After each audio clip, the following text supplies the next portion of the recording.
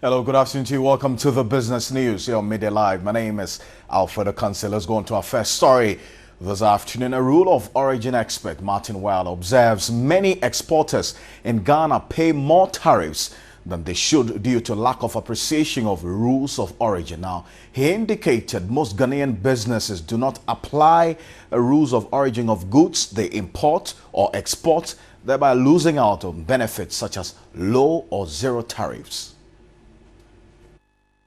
Ghana Gas now supplies only 72 million.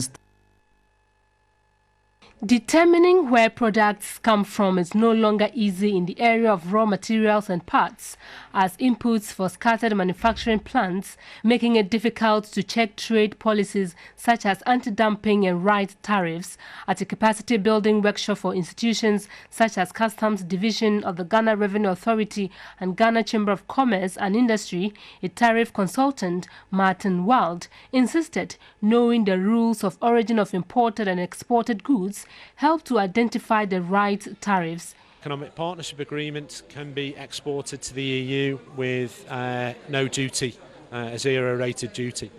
So it's not only going to benefit customs, but the wider economy. And it's also important to ensure that you get the balance between customs and trade facilitation as well, ensuring compliance with customs.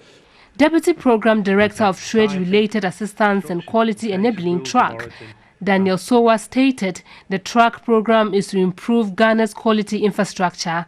The Economic Partnership Agreement is designed as a tool for development and regional integration.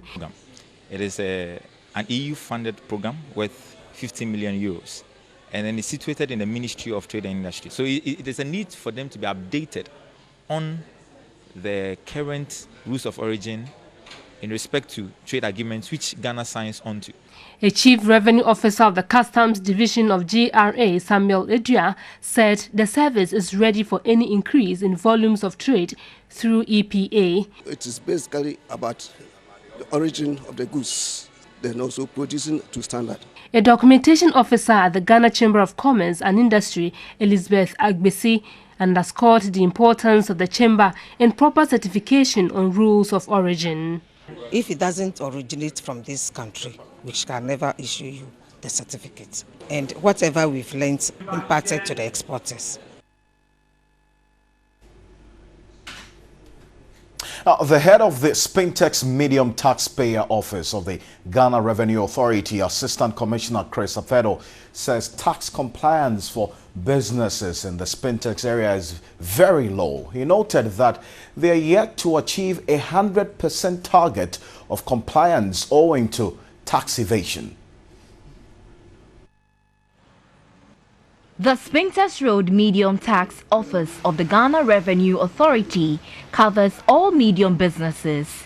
By law, businesses must file a tax returns every month and quarterly, depending on their business capacities. Businesses along the Spintex Road are made up of both small and medium taxpayers entities, with the directive from the new Act to undertake a self-assessment and file returns. The new Act also includes capital allowance and sanctions which were hitherto not applicable to all businesses in the old Act for business owners. But officials of the Spintex Road Medium Tax Office say tax compliance is very low in the area. It's like no matter how much education you give, they will not comply. So we are not achieving 100% compliance. It's high though, but we have not achieving 100% compliance. Compliance in filing of returns in particular. The need for more businesses to be roped into the tax net had become more imperative. Some heads were schooled on the new provisions of the Act and the need to be more compliant. The sanctions used to be in the old Act too, but now they are also here in the new Act. Sanctions for non-submission of self-assessment, for instance. Under the old Act, there was no sanction. But in this new Act, there is a penalty. But some owners also complained about delays by officials to issue out required papers for processing. All right, that's it for business.